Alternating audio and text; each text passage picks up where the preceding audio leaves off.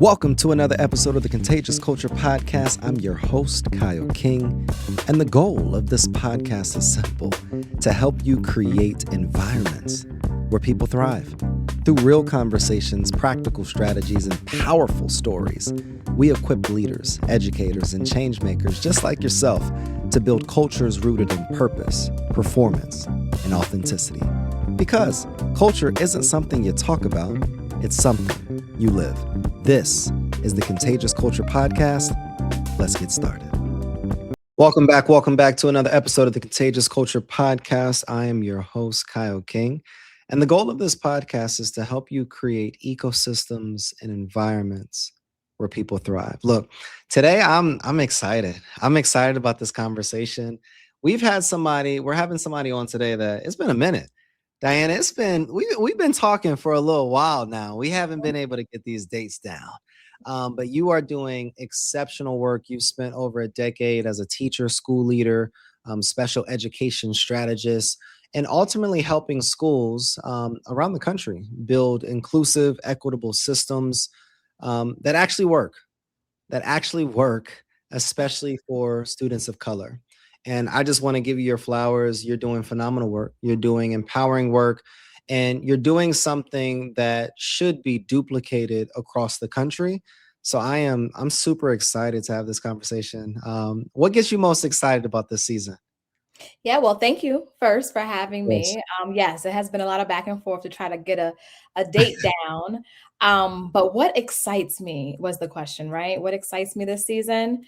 I think I've had more opportunities to get in front of different subsects of special education folks. So Mm. I've done a lot of work recently with co-teaching pairs, a lot more with paraprofessionals. And I think that makes me excited because it gives me hope that we're moving in a direction of not operating in silos of expertise, but Yeah. now figuring out how can we use what we know to actually work together with other important stakeholders to really show up and support the students that's in front of us. Why is that important? Why is it not important? I think for anybody that's in school, especially on the elementary school level. So elementary is my jam, first of all, Yeah. but done a lot of work in middle and high school as well. And in elementary school specifically, we're seeing this year that we're having a great number of students that are coming into our buildings that are not even in special education that have high Interesting. needs. And Interesting. so we have a lot of general education teachers, a lot of leaders that want to do more, but don't know where to start. And so where in the past we got away, quite honestly, with Yeah. special education teams owning their kids, we can't do that. In order to really have the impact that we want, we have to make sure that we're imparting knowledge and also gaining knowledge from some of our best special general education teachers so that we're working collaboratively, regardless of if a student is identified in SPED or not. And that's where we're going to see the movement. That's where we're going to start to see change. Of course. One of the challenges that I see, and that I noticed even as a former school leader, is that I think a lot of schools are great on the compliance side, but they struggle when it comes to improving instruction, improving blended learning and differentiation, and empowering teachers to be able to show up in the classroom on a day-to-day basis. What are things that leaders can do that are listening in that can improve the instruction just as much as we pay attention to the compliance? Yeah, you hit the nail on the head. And was it November? I did a keynote down in Georgia with the special education administrators. And the topic that we went into was specifically how do we move from compliance to instruction? Mm. And special education leaders are so interesting because the typical special education leader is a whiz at systems, a whiz at compliance. Yeah. And sometimes when they don't feel as confident in instruction or in responding to student behavior, they can kind of get stuck in their bubble or their office of getting lost in the paperwork. Yeah. And so I think it's important that we're creating opportunities to learn from our other school leaders, to go on collaborative walkthroughs so that we can talk to them about what does a manifestation of a disability really look like in this math class? And based off of what I know about a disability, how can we merge that with the learning and instruction that's happening? So that way, one, we're learning from each other, and now there's multiple people guarding this bar of excellence, but also we are tag teaming what we're seeing in front of us in order to provide the most support to both the teacher and the student. Let's talk about this for a second, because special education is not easy. And no shade to any teacher that's listening. And I feel like general education is it's not difficult. I feel like if you have a passion for the work, if you understand your subject matter, if you understand how to build relationships, and you could skate by as much as possible. And still, if you're given a good enough population of students that don't really challenge you to the point of where you need to go, I feel like you can be able to really grow those students forward. And not saying that teaching is easy, but even as a former teacher, I understand that it's a lot of the other things that make great teachers great. But special education is a different beast. Why this work? Why are you taking on this work and this challenge? So I happenstance into special education. This wasn't something that I happenstance into teaching too, honestly. Now, all this time I've been here, but I think I've always been a champion of the underdog. I love the outlier student that doesn't fit into the typical box of what we typically think of general education to be. Special education, I don't think it's like this mystical thing. It's just good teaching. And I love when I meet general education teachers and we are able to have that aha moment, and they realize that they already differentiate in certain ways. And they know how to identify a student that's struggling in a particular unit, even though they don't struggle across every topic that they introduce into the classroom. And so that's what makes me excited and passionate about how to move from theory of special education to actual practice. What does it look like when you have the student in front of you that wants to learn, but doesn't have access to the content? Exactly. Right? They're listening, they're trying their hardest, and they're just not succeeding. So how can we get, a little creative? What I love about special education is probably what frustrates most people, in that everything you think that's going to work for this student, it's always going to be a student that's going to test you, whether it's behaviorally or academically. But it's how can we find that unique kind of puzzle and that formula that's going to reach and teach them, so that way they stay engaged and that they love school, whether it's for math class or whether it's because they can't wait to show and tell at the next Free Choice Friday. So, yeah. You said formula, and I really started to I guess my question is, with formula, what is your formula? Like, what's your Monday morning test for whether a SPED system is healthy or unhealthy? Yeah, I think my formula is authenticity. So what you see is what you get. If I go in your classroom and something's off, you're probably going to read it on my face because it's just like, for me, it's not about doing the right thing. It's not about being the best. It's about being well-intentioned. I try to build trust with the folks that I coach to say that, hey, this is what I've learned from my experience. You want to try it? Or how do you feel about you doing your thing? Then I observe, and then we talk about it to find a happy medium. Because I don't want teachers to be working all these hours outside of the school building. I don't want them to be stressed and resigning because they're burnt out. Right? I want you to identify the one strategy that you're going to work on embedding into your instruction this week. And then once you feel really good about that, then we'll add another strategy and then another one. So it's like, I'm a true believer of 1% changes. What's the 1% change that we can make that's going to have the larger impact over time, instead of trying to build Rome in a day, because that's not realistic or sustainable. So let's talk about that. What is the 1% change? I'm a leader that's listening in right now. I recognize that our SPED system isn't as healthy or isn't as systemized as it needs to be. Parents are continuously coming. We're getting complaints. All of these different things are happening. What is that 1% change that I can implement either today or tomorrow that can start to be able to compound forward? I think first, know who your students are from a disability lens.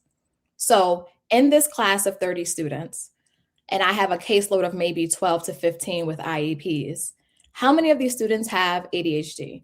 How Mm, many of these students have OHI because of ADHD or ERI or even specific learning disabilities? that's good. Once you're able to then group your students based off a disability, the next step is I tell people all the time Google's your best friend. How does specific learning disabilities manifest inside of my science classroom? Now you have a list of things to look out for. So then the next day, you have a little bit more patience.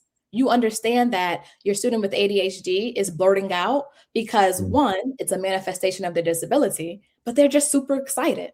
So, exactly. what's the strategy that you can get them to chill a little bit?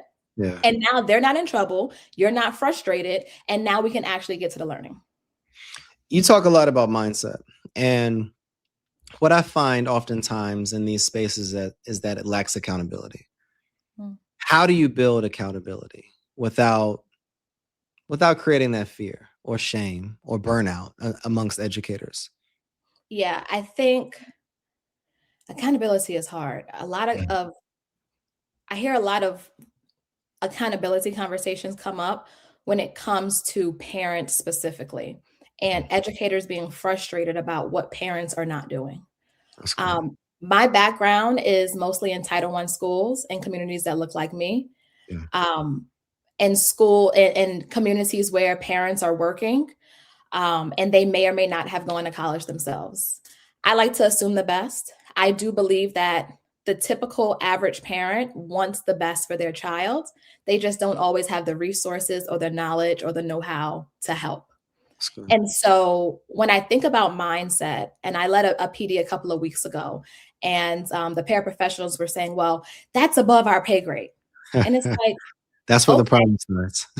it's like, okay, and now what? You're going to Yeah. keep complaining, or we're going to figure out what isn't within the locus of our control to see the change that we want to see. Mm, So, and what I told them too is like, I'm not here to convince you to do your job. If I have to convince you to do that, this actually is not the place for you, and you need to consider another career. But I can let you know that this is really hard. yeah. People are trying the best they can with what they got. And so, how are we going to make something shake? Because our kids still have to learn. There's always going to be pushback though, Diana. Mhm. And being in these seats, being in these spaces, there's always going to be people that don't believe, people that are making comments such as that, like this is above my pay grade or not within the scope of what I do.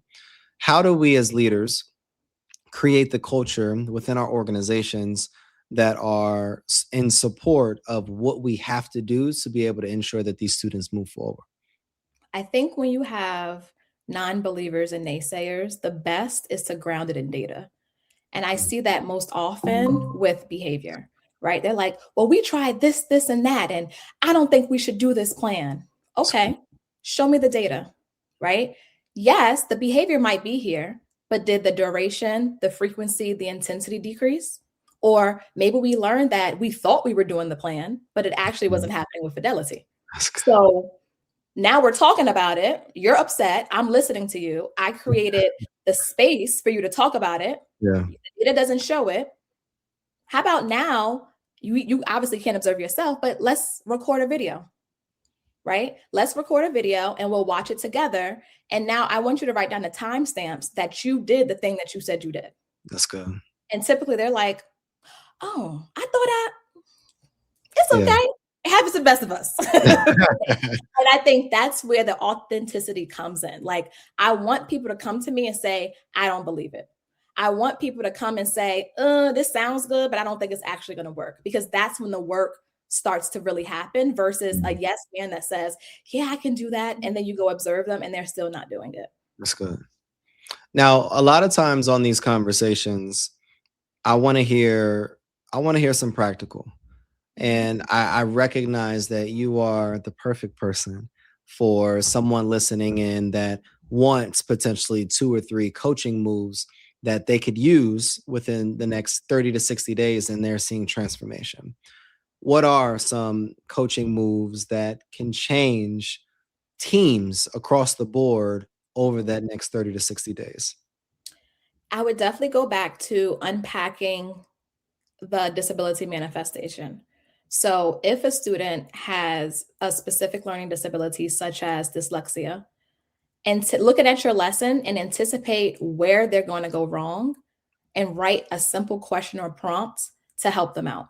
If you know that a student has a communication impairment and they struggle with receptive information being communicated to them, how can you write a criteria for success or a checklist so that way they can navigate independently through a worksheet, right? So it's not to say that you're going to give them the checklist and then they can do it. That's not how things work. And I led a session today about that. Actually, we have to teach our students how to use the tools so that then they can use it independently. That's good. I think so.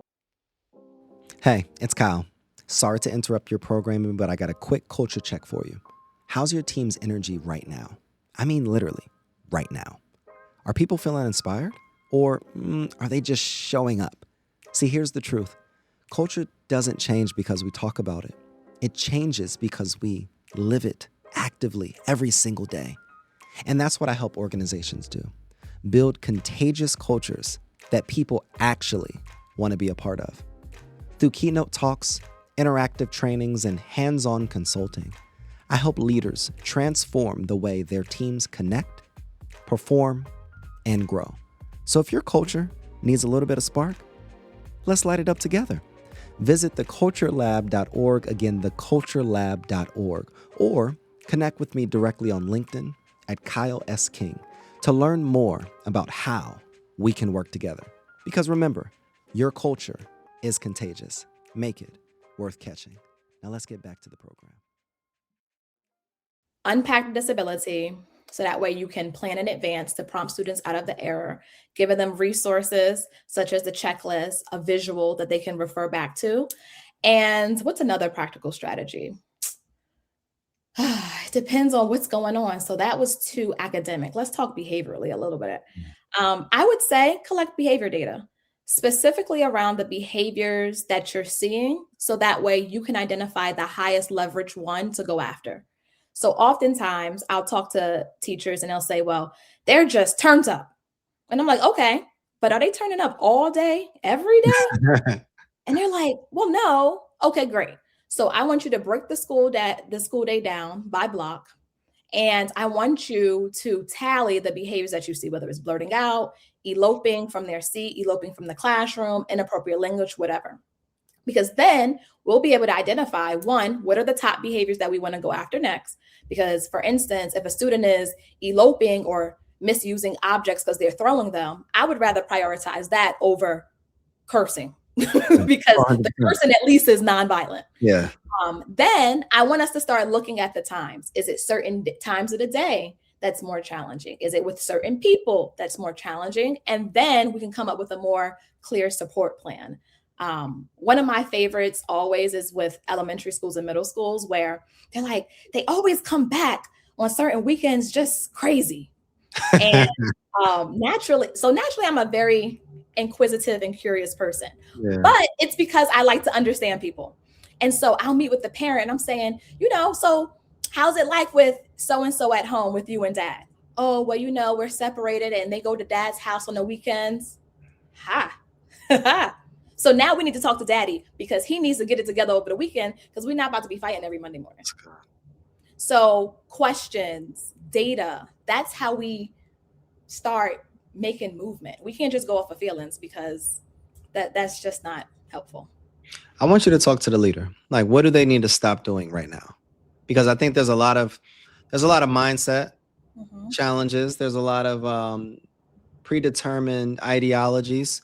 There's a lot of things that leaders are doing on a daily basis, and it's maybe comfortable or they're maybe used to doing that, but it's truly hurting the potential foundation that could be built. Stop talking about it and be about it. I had worked with a past principal and she always talked about how she builds through the work. And I didn't understand it then, but it's something that has really been transformational as a leader and as a coach that just pops in, right? What does it mean when on the first days of school, we're worried and I'm on the ground with you with the kid that is nonverbal and having a tantrum? right? I'm getting a little brownie points, a little buy-in from you because I'm walking it with you. What does it look like as a leader where your teacher comes to you and say, I tried everything, I don't know what to do? To say, hey, I'm actually going to come in your classroom and I'm going to model this part for you so that you can see it and we can discuss it.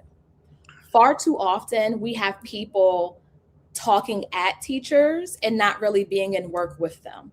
And I tell people all the time, I don't offer a strategy or a suggestion that I have not done myself. I've been bit and scratched and had the confusing kid. I've done it so I can talk about it. I'm not scared of that. Yeah. And while nobody wants to be in that situation, it's easier to navigate the hard stuff in education when you're with your people shooting in the gym. Oh, 100%. 100%. Let's say a principal is listening right now or a district leader, and they only remember one sentence. What should it be? Whew.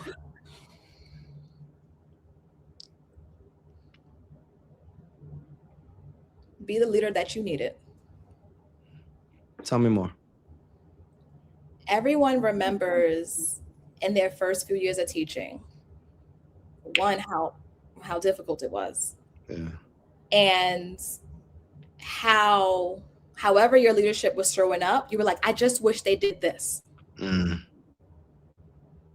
Even when you have to make the hard decision, even when you don't know what to do, be upfront and honest and be the leader that you needed in your first few years. And that will go the long way with teachers and with parents, honestly. Be honest. Diana, outside of the work that you do, who are you? Like, how would you define, or how would one of your best students or a spouse or a best friend describe who you are?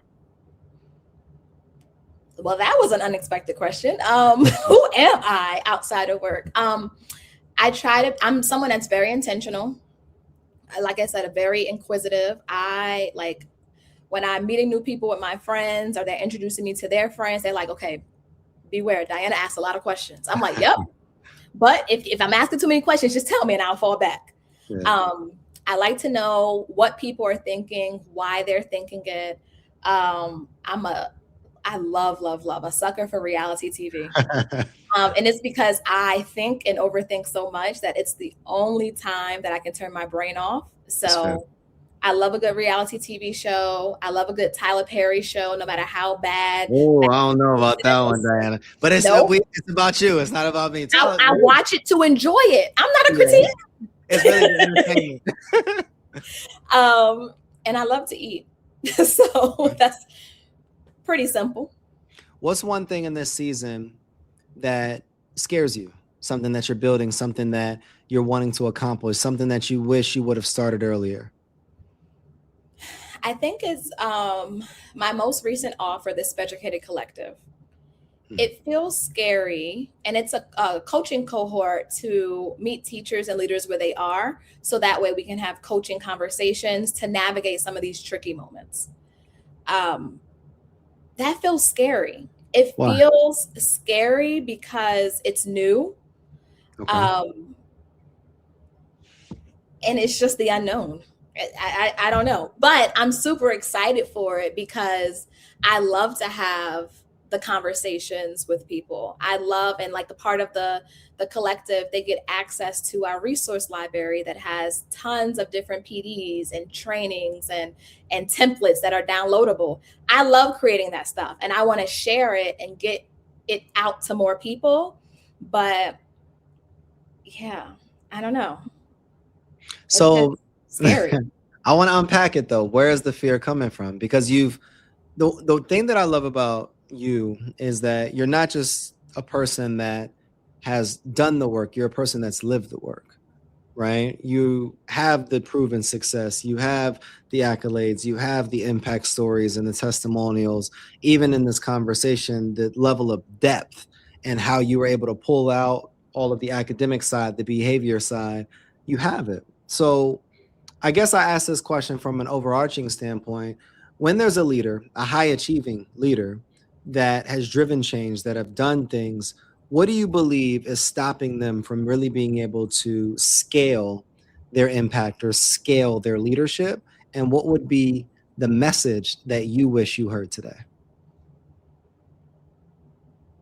I think what's difficult is it requires you to show up differently. Hmm. So, like, even in some of the work I do with districts, I always like to do a baseline observation so that I can see teachers in action, get to know their personality, see how they, flow with kids. And sometimes at the scale you need to work and produce, you can't show up in that way. That's so It's good. not sustainable. And like, even now, like, I feel like I'm just recovering from the burnout of last year. Mm. And so it's how can you continue to do the work with boundaries so that way you're not overextending. Yeah.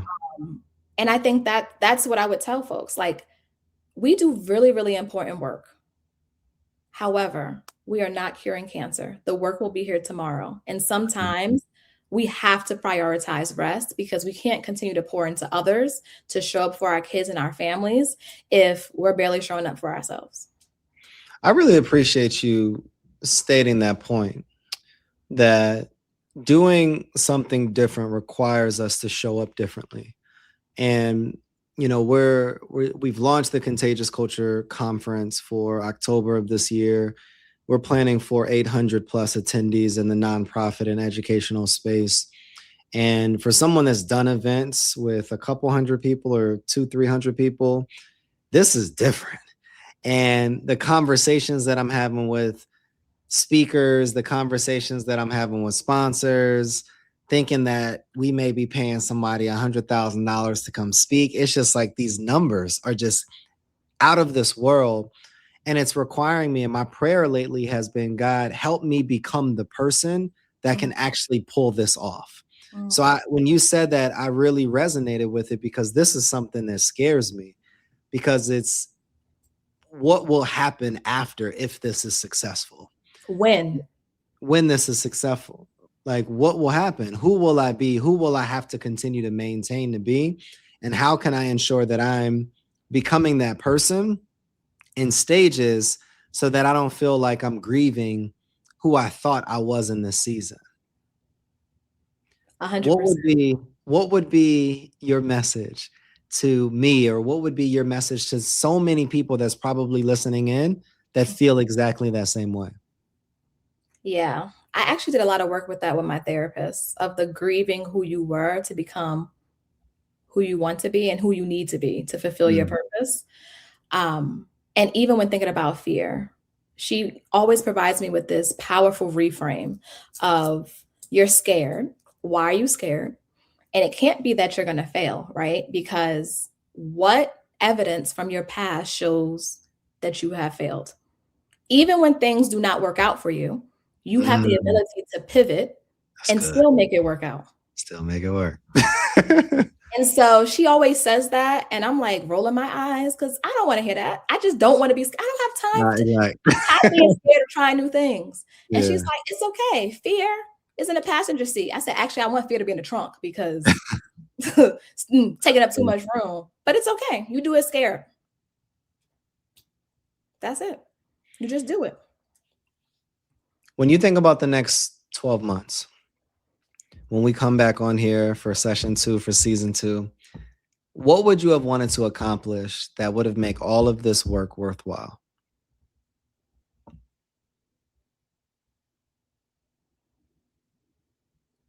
I want to be able to bring on additional team members so that we can increase our impact even more. Mm. And when I say additional team members, specifically Black women too, because that's something I'm really passionate about creating opportunities for Black women, Yeah. working with more schools and not feeling burnt out because I'm not trying to do it all by myself. Diana, this was powerful. And you didn't just look, I love that you did not just give us inspiration. You gave us a standard. Like, you helped us understand that yes, compliance and all of the SPED work is necessary, but it's not enough. Mhm. And if we're serious about this work, if we're serious about growing something, if we're serious about students with disabilities, we have to build systems, and we have to put people in place, and we have to have the heart to really change instruction and Mhm. not just for documentation. And then you helped us really understand that, look, in order for us to be able to make that change, order for us to be able to impact those students or impact these schools, we have to be different. And it starts with mindset, it starts with behavior, it starts with habits. So, where can people connect with you and learn more about your work so that 12 months from now you have these team members and you rocking out? Definitely. So you can follow me on TikTok and Instagram at the SPEDucated Leader. So that's the SPEDucated Leader. You can follow me on LinkedIn, Diana R. Williams. I also have a podcast. It's called Lead SPED Better, available on Apple and Spotify. Give me a shout, DM me. I love to talk about this stuff. Let's do it. And hopefully we get to see you speaking at the Contagious Culture Conference. I would love to. We'll talk about it. We'll talk about it. Family, if this episode gave you life like it has for me, if it's given you language clarity or the confidence to do this work better, we want you to do one thing. We want you to support Diana.